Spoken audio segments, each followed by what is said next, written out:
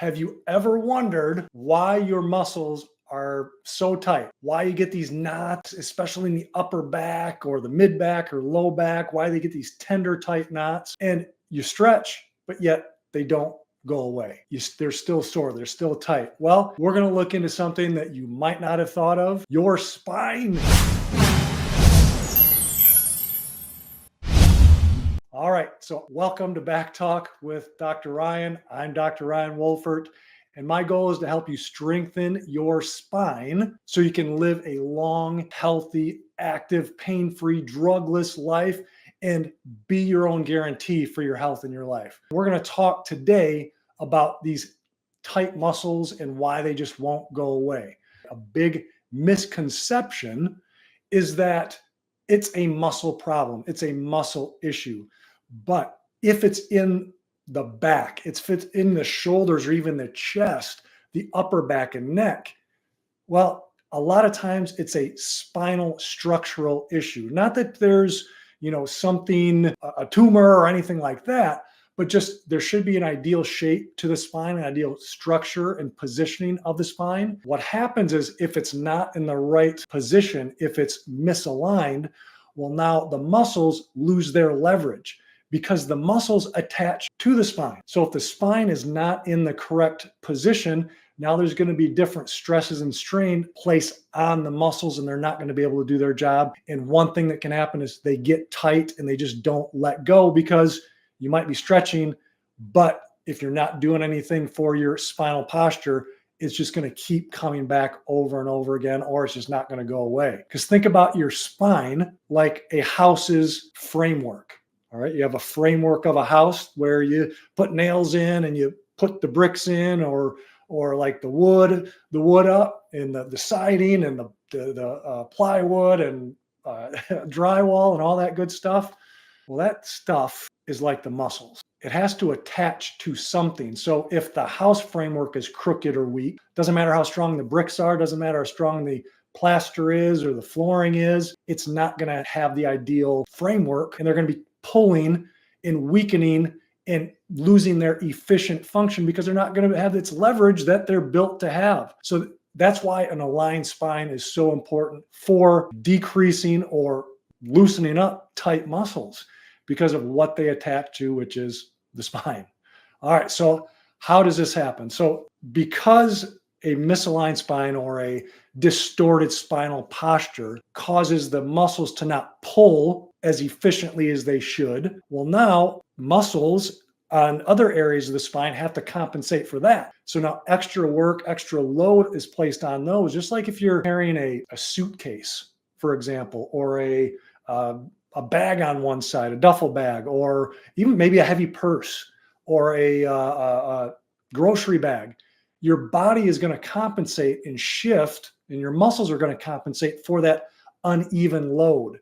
And if you are trying to alter that compensation, then that leads to other compensations. But it's these inherent mechanisms that the spine and muscles automatically do when we introduce these uneven loads. And well, what about even your strength? Does this affect your strength? It absolutely affects your strength, because it makes sense now, hopefully, of why the muscle gets tight and gets the tightness if the spine is an attachment point for these muscles. So the spine is here and a muscle is here, and it should have this, that length to it.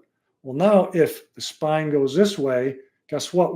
We're creating a extra stress and strain on that muscle. But what can also happen is it loses its strength. It loses the ability to contract at its maximal ability. It loses its strength, loses its power. And if you're trying to push a heavy object on an uneven surface, or even if it's a wobbly surface, you're not going to generate the strength. So if the spine is wobbly, if the spine is uneven, those muscles are not going to generate the strength and power. The spine, healthy spine, a strong spine, an upright spine with the right positioning provides a solid base for the muscles to have effective movement and provide effective movement. I mean, we talked a little bit about, or I mentioned a little bit about the leverage, and it allows the muscles to work efficiently.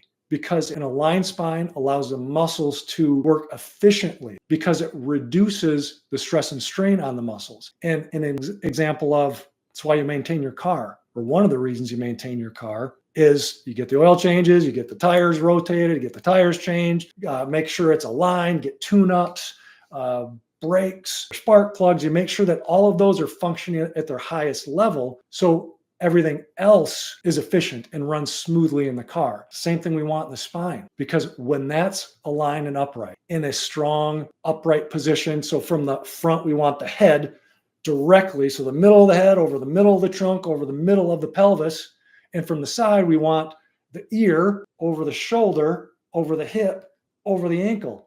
That's the ideal postural alignment of our posture. That doesn't necessarily mean that's the correct position of your spine, but it's a good indication of what your spinal health is, or if there's any spinal misalignments. Because when it's in that position, you're going to have efficiency, like we said. You're going to have more energy available because you're not going to be fighting, your muscles aren't going to be fighting against gravity.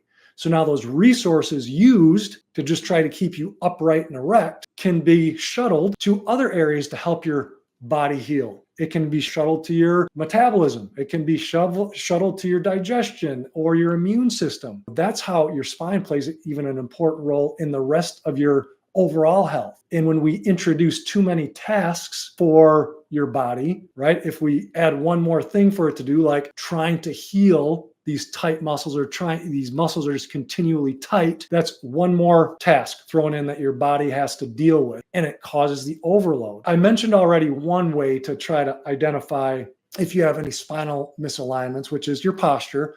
Posture is a window to your spine and your nervous system function. So if you're in a posture where you're in a prolonged forward flex, that's a common one, whether you're sitting, standing, looking at technology, where if you're lifting, if you're gardening, if you're washing the dishes, whatever it is, if you're in these positions, which is outside the ideal alignment for your spine, which is head directly over the middle of your chest, the middle of your pelvis, ear, shoulder, hip, ankle. If you look at yourself and those are not in a straight line, well, now you're causing increased stress and strain on the muscles, causing them to work overtime. Another way to identify if you have a spinal misalignment, it's actually the most accurate way, the best way, is through standing spinal x-rays. We can see inside of your body, see the spine in its quote unquote regular normal state for you, and identify if there's any injuries or what damage is already there, what the actual structure of your spine looks like, and identifying whether, okay,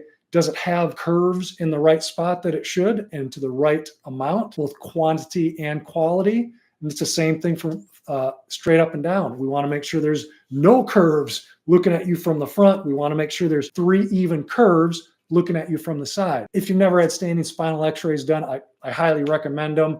If you need help finding somebody, again, just comment help in the comments, and I'll reach out and we'll try to organize something and give you some information on where you can find somebody to help you out with that. If not, then I'll help you out with it, okay? It's that important. And another way to know if you have spinal misalignment, it's kind of what we've been talking about, tight muscles. If you have tightness in your neck, upper back, mid back, low back, in the muscles, and they're tight, and yet you can feel these knots, those are indication that you have spinal misalignment. If you have headaches, you have low energy, if your digestive function isn't ideally what you want it to be, or if you're having symptoms like that, those can also be signs. All right, I'm going to share this with you because it's a study about and I'm not going to read through the whole thing, but it's a comparison of 2 forward head posture corrective approaches in the elderly with chronic non-specific neck pain. So a lot of times that means tight muscles, the muscles are just,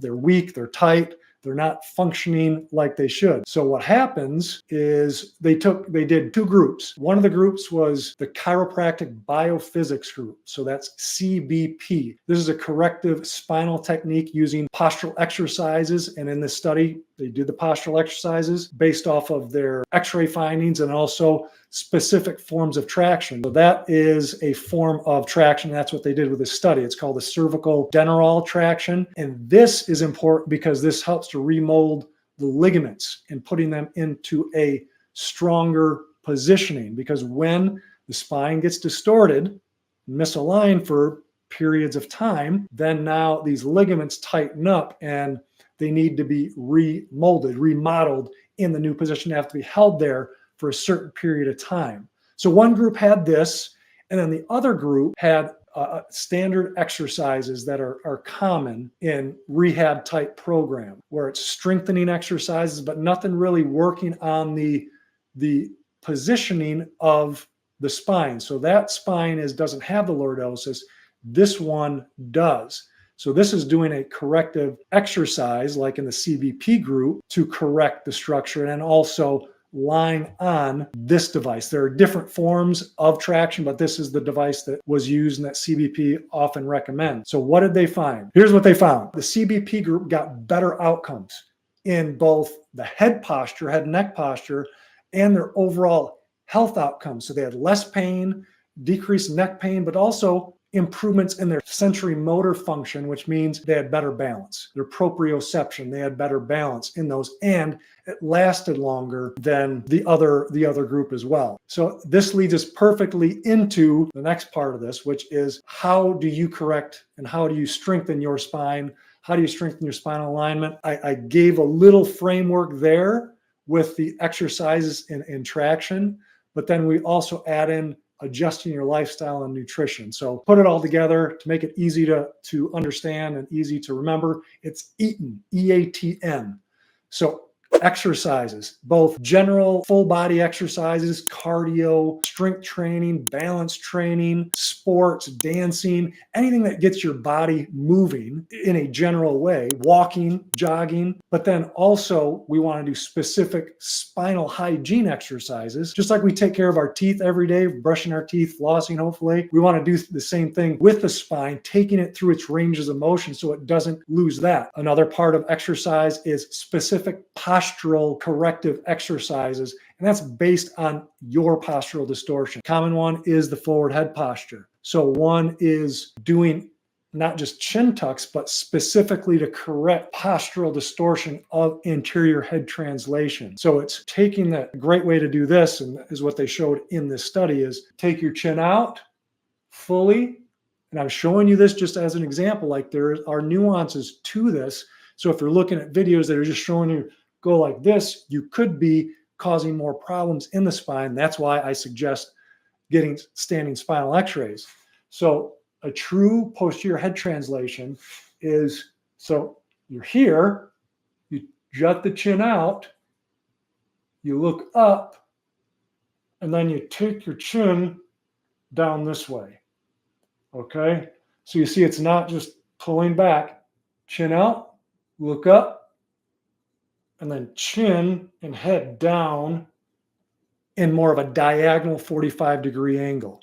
Again, that's if you have a true forward head translation, anterior head translation it's called. Best way, again, to find out, well, that's with spinal x-rays. So adjusting is the A, so adjustments to your lifestyle. As a chiropractor, you probably think of adjustments as spinal adjustments, hands-on adjustments, getting your back cracked, those types of things. I'm using this in another way because I want to make sure you're adjusting your lifestyle, your postural lifestyle, how you sit, stand, bend, move, lie down, drive, sleep. Because if you're propped up, if you are shifted off to the side, if you're on your phone and you're hunched over for 20 to 30 minutes, that's long enough for your spine to start going in the unhealthy opposite direction as a strong, healthy spine. Remember, head over trunk, over pelvis, from the side, ear, over shoulder, over hip, over ankle. That's the alignment you want to be in most of the time. Traction. So that was the traction that I showed you with that cervical traction unit called the Denerol. Again, that's one form. That's one tool. And that one it's prescribed. It's not like something you should just get off of Amazon or the internet and just put it there without knowing what your spine looks like. So the traction helps to remold the spine, hold it there so then it stays there. Similar to how you put braces on teeth to reshape the structure of the teeth in your mouth. Last thing is nutrition. That's the N. So eating, exercise, adjust your lifestyle, traction, And nutrition, the raw materials. You need to have the raw materials to build the bones up, the discs, the ligaments, the muscles, the nervous system, to have it strong and healthy. The hydration, you want to make sure you stay hydrated. Drinking water, simple tip, put some sea salt in your water, just a dash or two.